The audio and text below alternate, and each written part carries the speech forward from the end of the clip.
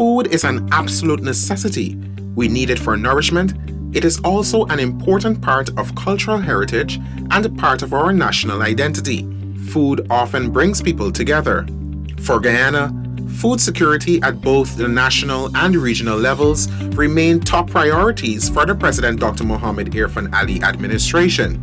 In a bid to reduce CARICOM's food import bill by 25% before 2025, President Ali launched his flagship Agriculture and Innovation Entrepreneurship Program, AIEP, that, among other activities, will be producing 3 high-value crops: carrot, broccoli, and cauliflower. In 2018, Guyana imported nearly $7.59 million in carrot, broccoli, and cauliflower. The following years, 2019 and 2020, saw $9.39 million and $12.57 million respectively spent to import these crops. With assessments pointing to a boost in Guyana's tourism and hospitality sector, the President says there is economic indication that these types of foods will be in demand. We are also going to link into the regional food security system. The regional food security system is even more important. We are the seat, the agricultural seat of the region, and we have to lead by example. So whilst we are working on one hand to expand local production for the local market, we are already eliminating the barriers to the regional market so that we're going to expand this progressively until we're able to reach into the regional market also. At the 33rd Intersessional Meeting of CARICOM Heads of Government held in Belize, Barbados Prime Minister the Honorable Mia Mottley had named broccoli and cauliflower as 2 of the high-value commodities imported into the region for consumption. Guyana's government wants to enhance the AIEP project to comfortably meet the sprouting regional demands. Approximately $478.5 thousand has been set aside for AIEP this year.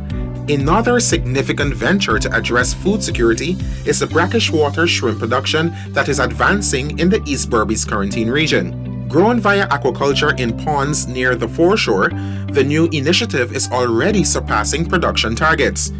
Agriculture Minister Zulfikar Mustafa says efforts are being made to meet demands of regional markets. Quote, "Because we recognize that there is a very huge potential in the diaspora, we moved from 225,000 kilograms to 450,000 kilograms in the last year and a half. But we still cannot satisfy the diaspora market until we carry it to 300%. And that is what we are working on now." End quote. There are 66 ponds already completed in Phase 1 of the project, with efforts to establish 13 more ponds advancing to meet the 79 target. Some $1.16 million has been committed to rehabilitate an additional 63 shrimp farms in the second phase. According to the Agri-Minister, the 66 ponds currently produce 35,000 kilograms per month of brackish water shrimp. Yearly prediction shows that some 420,000 kilograms will be produced from these ponds. We have seen remarkable progress so far. Production have increased tremendously.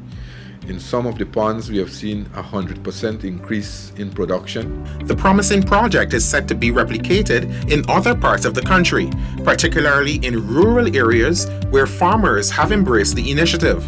The second phase of the project is expected to commence this year, with 83 additional ponds to be built. Turning our attention to the agro-processing field, facilities are being established to realize the true value of local fruits and vegetables. While acknowledging Guyana's standing as a major agriculture producing nation, Agri-Minister Mustafa has maintained that government will not just facilitate adding value to produce, but at the same time explore markets in the Caribbean for their agro-processed products. The new Guyana Marketing Corporation is already developing strategies through extensive market research this year to promote Guyana's agricultural products both locally and internationally.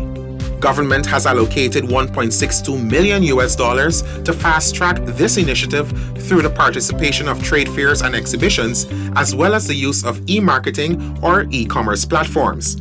For 2022, agro-processing facilities will be retrofitted and equipped in agriculture-producing regions across Guyana. The facilities are expected to function both for commercial production and product development for small and medium agro-processors, and will give domestic consumers access to high-quality, high-value, and innovative local products that are internationally competitive. While these interventions will raise the income of farmers and local economies, the export of agro-processed foods to regional markets will also lower CARICOM's approximately $5 billion food import bill. Over the past 2 years, Guyana has seen immense interests from international investors looking to tap into its agri-sector. Just last year, the Guyana Office for Investment signed a Memorandum of Understanding with Canada's Amaya Milk Company to establish a multi-million-dollar dairy processing plant in the Mahaica-Berbice region. Guyana's agriculture, forestry, and fishing sector is expected to expand by 8.9% this year, driven by growth across all subsectors.